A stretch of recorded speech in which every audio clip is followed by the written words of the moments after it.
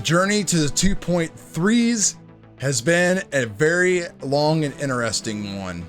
The journey to the 2 teens is going to be even better, but hopefully we can do it shorter. What's going on, guys? Welcome back to the Dorky and 40 channel. I'm Chad. We're starting a whole new series here, tips and tricks to get us to the 2 teens. So I'm going to put a link to the playlist below. There's going to be this video, all the upcoming ones that I feel are necessary, and a couple videos that I've already done that should help you when it comes to tuning, finding gearing, tricks for things like tire balancing and break-in, all that important stuff that you need to do. Now, the most important takeaway from all this, guys, is that you need to put in the work, the hours. You just have to. I've had a lot of comments and a few people message me personally asking for my tune, for this and for that. And truthfully, I'm using the 3.5 turn high traction tune with my timing set to 60 degrees and my 4 stage coming in at 100%. That's it. 2 changes. But I wanted to give a big shout out to everybody for the continued support, the growth of the channel, and just how much engagement there are on the videos. It's awesome. It really makes me feel great. So don't forget to like and subscribe if you are new here. Take a look at some of the video from my big long week of gearing testing. There's one obvious thing that you're gonna see. It's that I had to drive the heck out of this car. Whether I was running 2 5s or 2 3s, I had to drive it. And I have some suspicions of some things that are going on that I'm going to test and try. We're going to start here on the bench with a few things to change on the front end, and we're also going to redo the wheelie bar a little bit, and then we're going to test that stuff out and see what kind of effects they make here on this video. All right, so we'll get through the easy stuff here first. The first obvious thing is we have a broke bumper. So we need to fix that. We're gonna replace that. Gotta make sure that we do everything we can to keep everything balanced inside the car. Corner balancing, side to side balancing, front to back balancing is super important. If you don't have a set of corner scales, I'm gonna link some to the description below. You're gonna need to get some, guys. It's one of those things that you're just gonna have to have, because if not, you're just gonna be throwing unnecessary weight on your car and making tweaks to your shocks that you think are going to work, when really it's the crown in the road that's pulling your car and it's not weight imbalances. I did go through last night when I got home and scaled my car and saw that I did have a little bit of a weight balance. One thing I wanted to change though was my front to back bias, put a little bit more towards the front and a little less to the back. I was sitting pretty heavy in the back at around 66, 67% versus, in the 30s. Some people say you want to be closer to 60-40. I'm going to split the difference and do about 62-38, 63-37, and we'll see where that gets us. One other thing I'm going to do is I'm going to go back to Hoosiers and test those out versus the real small tires.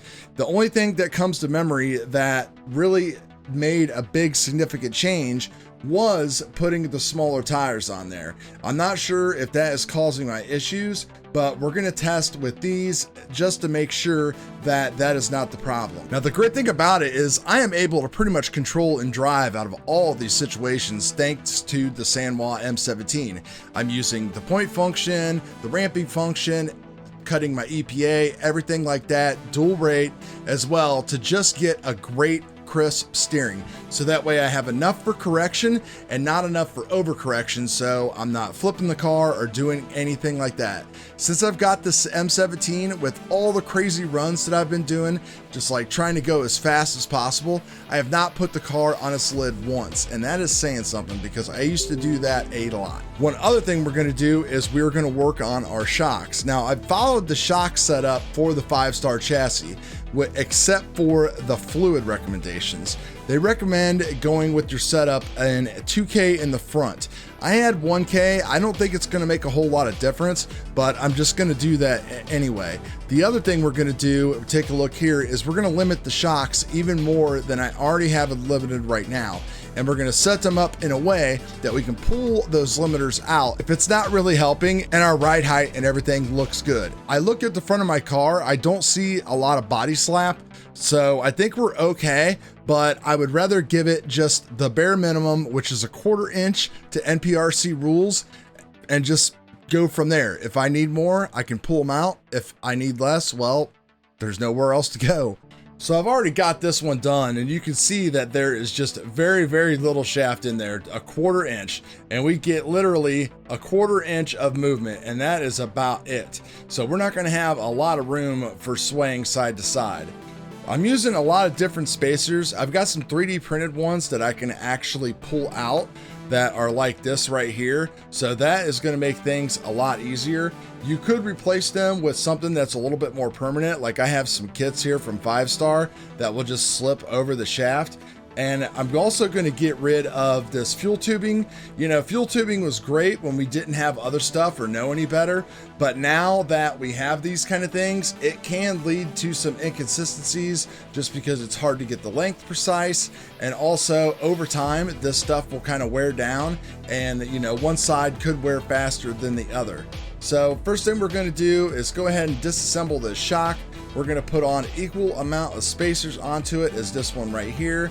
I'm going to then, with everything installed, top it off at 2K. I'm not going to take everything off and then fill it up. I've seen and read, you know, a lot of videos and stuff that you want to fill your shocks when they are under the amount of preload that you're going to be running. Now I realize that we might be removing a little bit of preload, so that could change things up a little bit, but we just can't get things perfect all the time. We kind of have to play within a little bit of margin of error, and I guess I would rather have a little bit less oil if I had to pull one of these out. So the other thing you want to do is you want to make sure that this stuff is not binding at all. This one here is a little sticky, so I'll probably sand the inside of it down. I know these here I needed to drill out a little bit more. I just need to make sure that they're not sticking on the shaft and get stuck in a certain place. There's probably going to be enough weight and force on it to move it, but it's better to have things nice and smooth. That way you just don't have to worry about it. So let me go ahead and, okay, now we got the shock filled with oil and I got the bleeder cap off. So now what I want to do is put on all of the preload before I decide to start cranking it around here and getting all the air out of it that I want to. All right, there we go. Got both of them all set and ready to go. So that way we'll go ahead and put these back on the car and we'll move on to the next item. Okay, the front bumper is done here. Of course, 5-Star being 5-Star, I had to drill out some holes because their tolerances are super tight.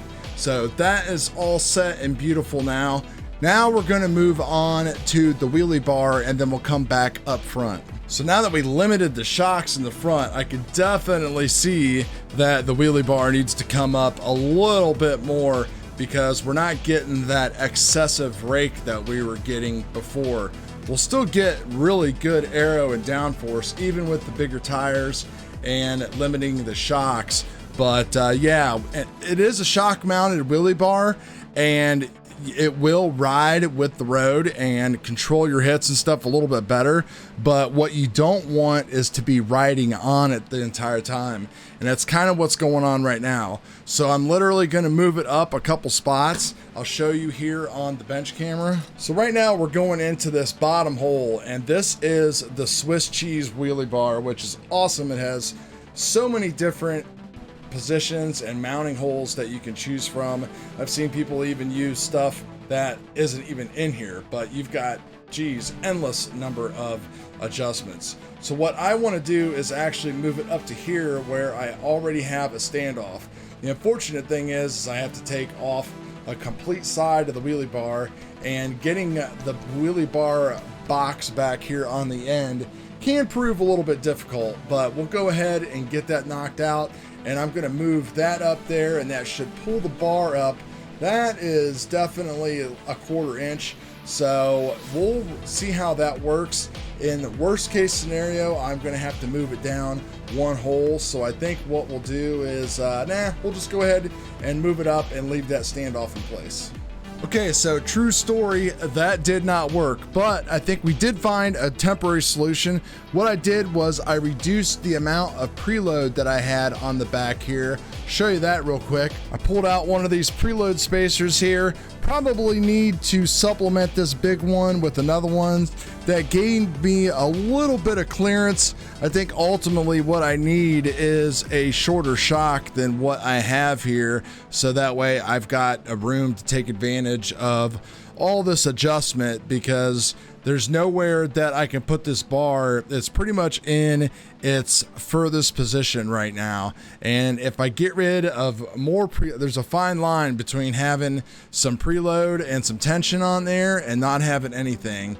And you really want to have some kind of tension on there, so that way it can do exactly what it is supposed to do. All right, so now that that's done, the very last thing that we are going to need to do is I am going to reset my toe using the Barth Racing Concepts toe gauge. I got a little crazy out in the field playing with my friends, and you know, I basically fell victim to put the toe out on it a little bit more. Well, how much? I don't know, just keep cranking it until it goes straight. And I took that and it went straight, and guess what? Now it's not going straight. So I want to reset my toe to a known actual dimension, and then that way when we're out there we can make adjustments a little bit more precise than just cranking on the thing. I'm not going to show you guys how to do that. There is a link below to Tim's toe gauge, and I'll put a link up to the corner here for that video on where I set that up. All right, here we are out here to test all of those changes that we made. Now, truth be told, I did a race last night. Yeah. Left lane. Yep. Right lane. Ready. On the yellow.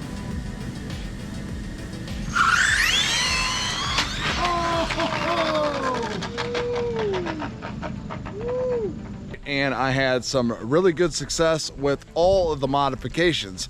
The only thing I'm not too sure of is which one actually gave me the success.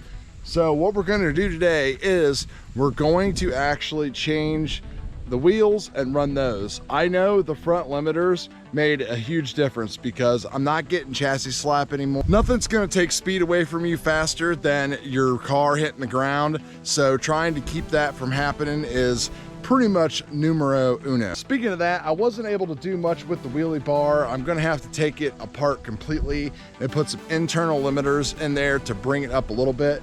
So I am dragging the wheelie bar some, and that's scrubbing a little bit of speed as well. We're really not out here to get times today though. We're just out here to see if we can keep this thing between the lines.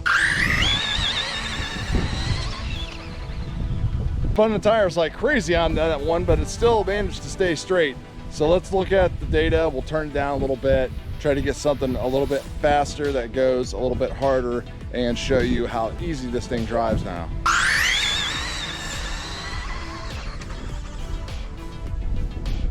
Good and solid, under control. Had to drive a little bit, but nothing like I had been doing. And that was a 2.5 at 61 miles per hour. Not the fastest. We know we don't go fast on this road, so we'll take that. So now we're gonna switch out to the baby tires and see if how that tune and stuff handles compared to the larger sized Hoosiers. Well, another successful dead straight hit, 2.5 on the small wheels. So it looks like limiting the travel is really what made the difference on this. So that 1/4 inch, you want to be like right there as close as you can get it. Prevent that body slap, keep everything nice and rigid up front. Maybe even try turning up your servo voltage to 7.4. Just because it goes faster, remember it's also going to create more torque, so it's going to be resistant to other stuff. That's going to do it for this video, guys. I'm going to go fly now because that was a good time and I haven't done that in a while. So we'll see you on the next one. Peace.